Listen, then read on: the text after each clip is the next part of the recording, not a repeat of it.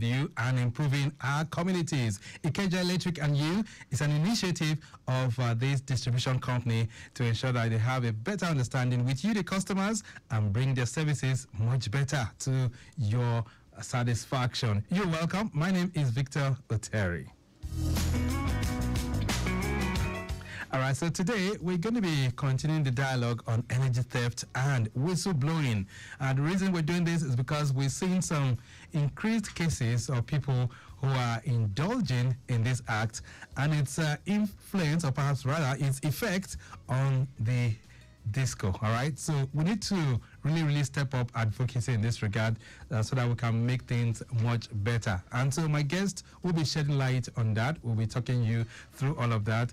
But quickly, let's take you through the roads. Central Business District area, movement along Inner Marina, proceeding towards Outer Marina, still looking good. UBA Runabout, NMPC Filling Station, Kakawa Junction, connecting Cathedral intersection, all looking good. CMS Bridge, down to the bus stop. I can tell you traffic is light, and the traffic light is functioning effectively for now, navigating through that corridor. For that movement towards Tel Junction and the State Government House is also looking very good to go. Connecting Flagstaff House from from Mekwe Bridge as well as Zone 2 looking very good, whereas Obalende Bridge is very busy. High influx proceeding towards Victoria Island. You have lots of vehicles making use of that corridor. Better movement towards the Third Mainland Bridge as at this time. We can also tell you if you're moving towards TBS Avenue, Waterboy, General Hospital and Freedom Park and other adjoined streets within the area is still looking good. Connecting Bookshop House as well as Tinubu Square and Martin Street down to Akpongbo. All those areas looking very good and no breakdowns cited for now.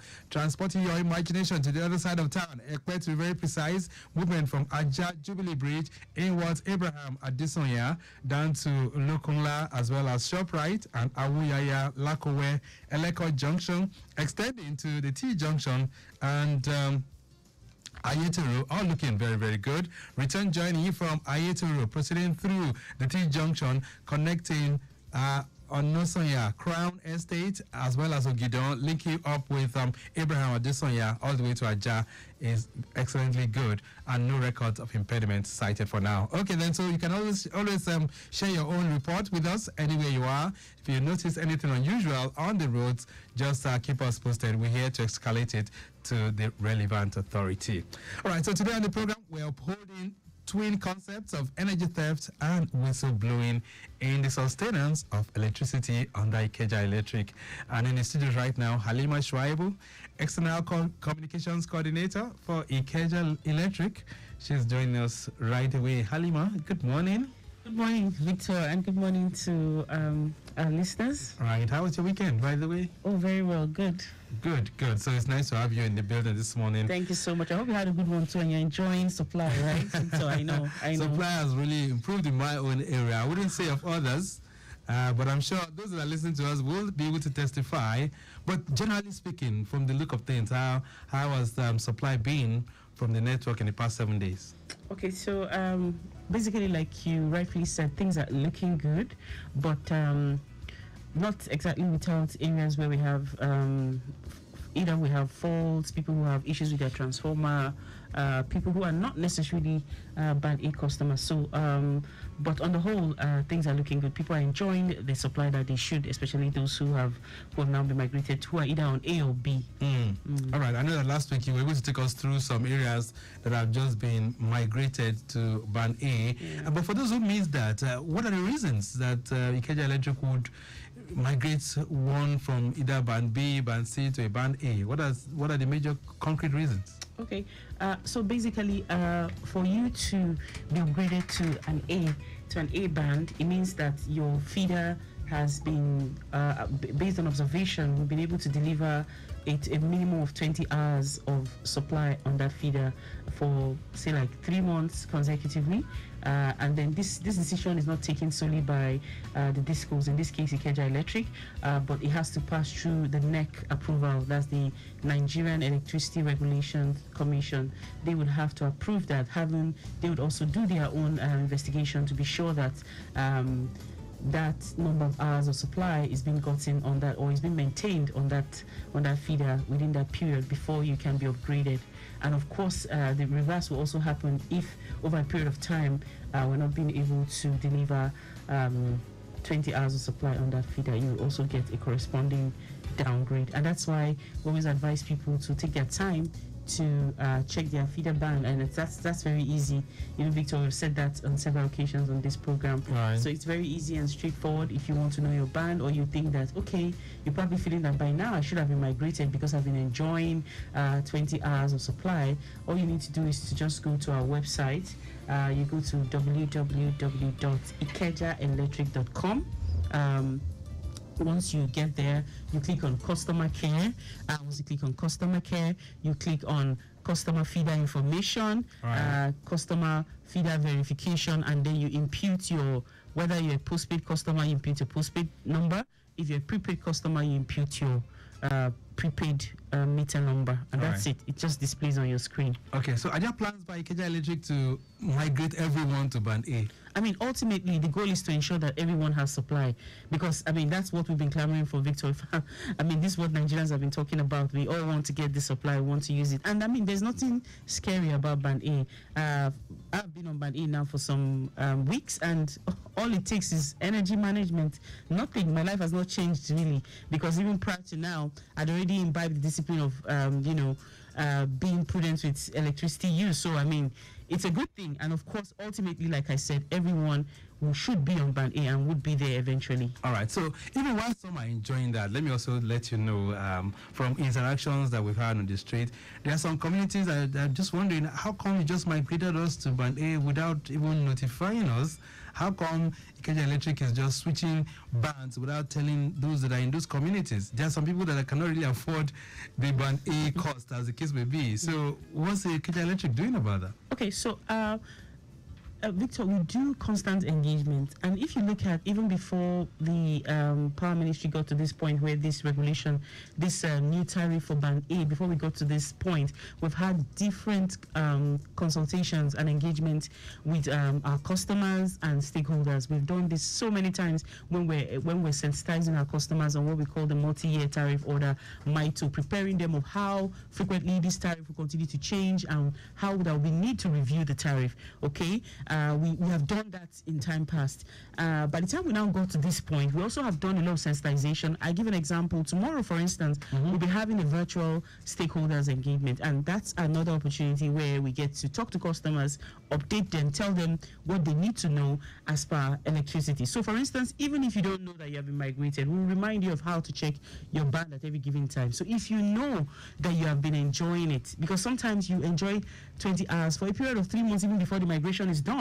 And it's important to note that after the migration has been done, upgrade has been done rather, okay, you would get an SMS notifying you that this has been done. So you are talking about the prior consultation. Like I said, those engagements have been done during the early years after privatization, even up till last year, where we were telling people on all the MITO tariff review and how all of these things would be done. Now, at the time when this decision to... Right. Just hold on 1 second. Let me see if I can. Hello there. Good morning. Good morning. Right. Well, I just would like to. All right. Sorry for that.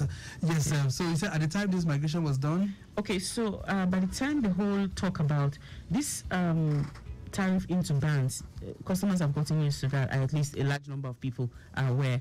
So, and then we now got to the point where in April 1st, where we had the major review on Band A only. And like you very well know, there were, of course, a lot of consultation. There were also a lot of sensitization after that decision was taken by the federal government, of course, through the NEC, through the regulatory body. And so, yes, and we've also, on our own too, we've had all of this information publicized on our social media platform, through engagements with CDCs and all of the stakeholders involved. And we do this continually. For instance, I just told you about the one that is coming up tomorrow at 11 a.m. And then for people to join, for you to get the link to join this program, all you need to do is to go to our social media handles. If you're on X, just go to at Ikeja Electric. At Ikeja Electric, we've posted that. If you go to Instagram, it's at Ikeja Electric too. When you go to Facebook, it's also at Ikeja Electric, and you're able to join from wherever it is that you are to get any information, and you have the opportunity to ask questions too. So yes, these are the avenues through which Victor will keep our customers updated. All right, so let's talk a bit now about energy theft and its implication for sustainability of electricity. I know some weeks back, precisely June 17, we dwelt on that, and you brought in some revelations, but let's just rewind a bit. So, is energy theft a serious thing under Ikeja Electric?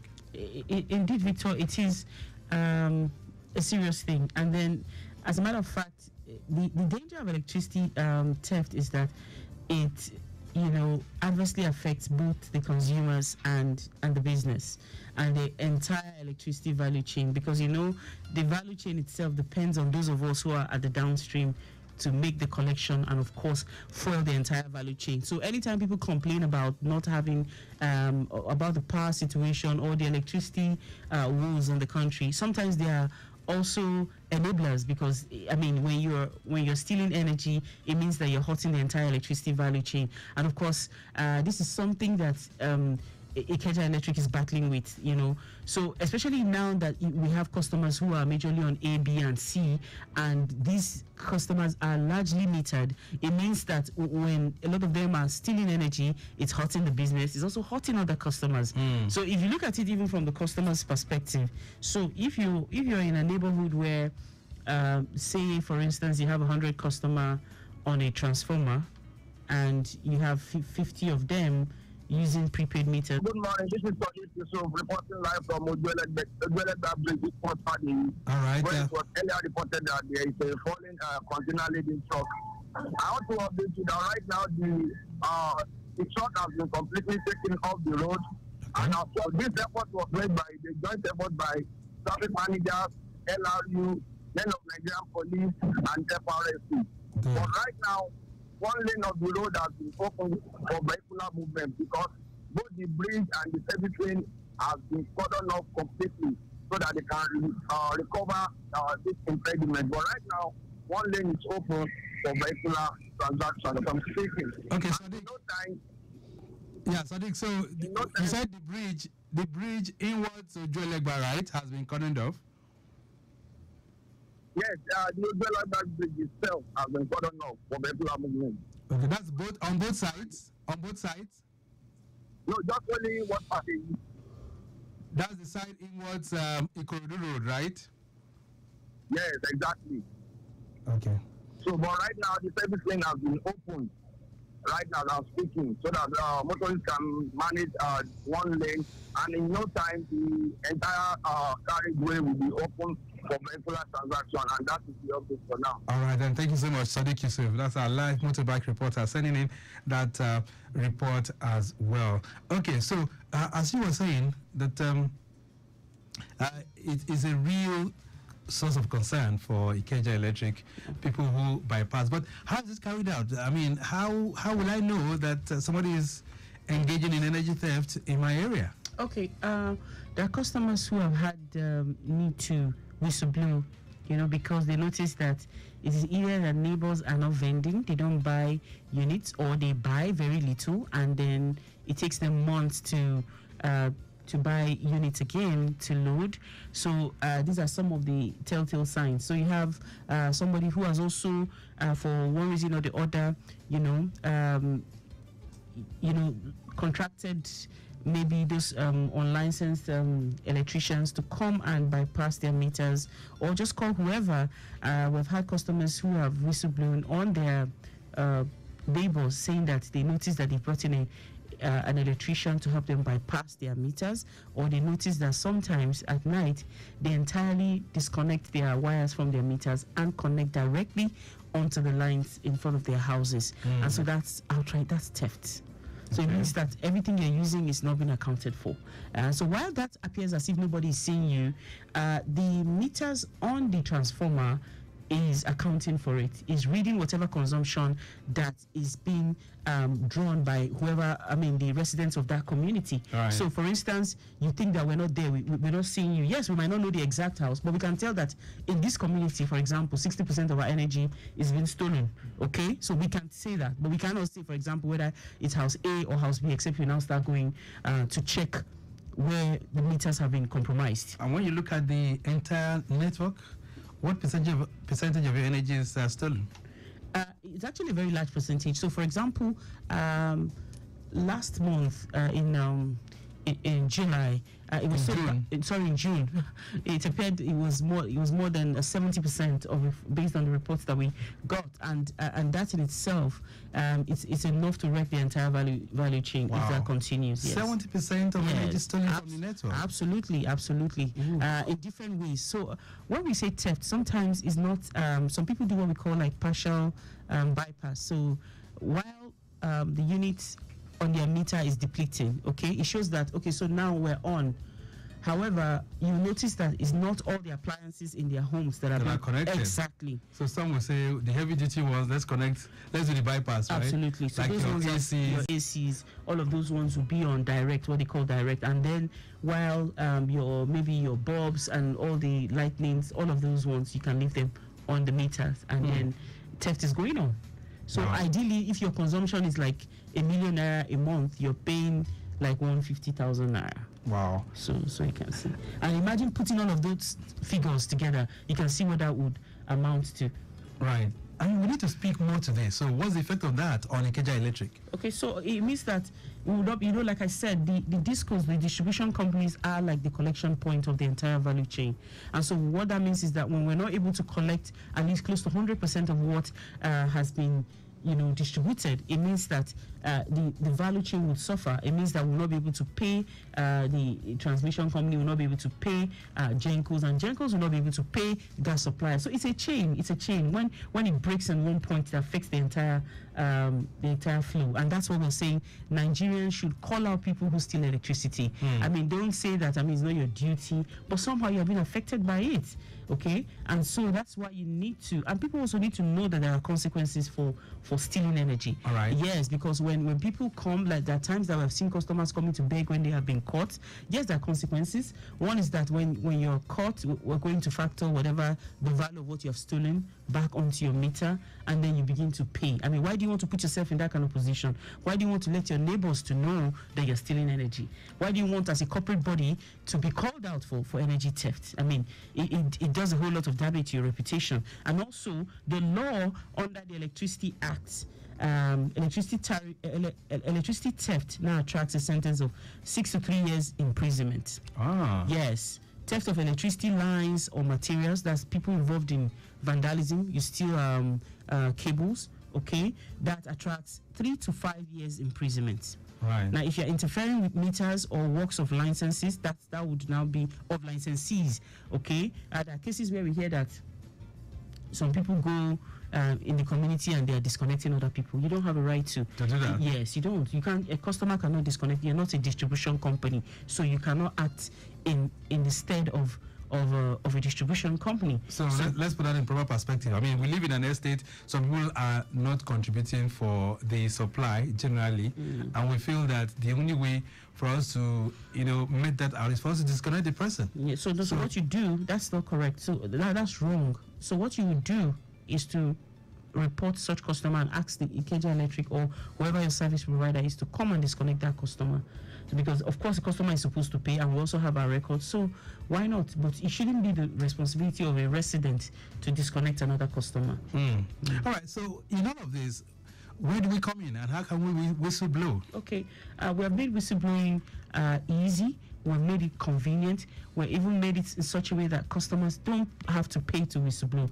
And one of the most important aspects of whistleblowing in Ikeja Electric is our ability to keep you anonymous. So you can be sure that your information will not be made available to whoever it is that you are giving us that information about. So if you want to whistleblow, you can either call the whistleblowing number you can send an email, you can visit our website to whistleblow. So, firstly, when people send emails, okay, when they send the email to the whistleblowing email address, which is expressyourself@ikejaelectric.com.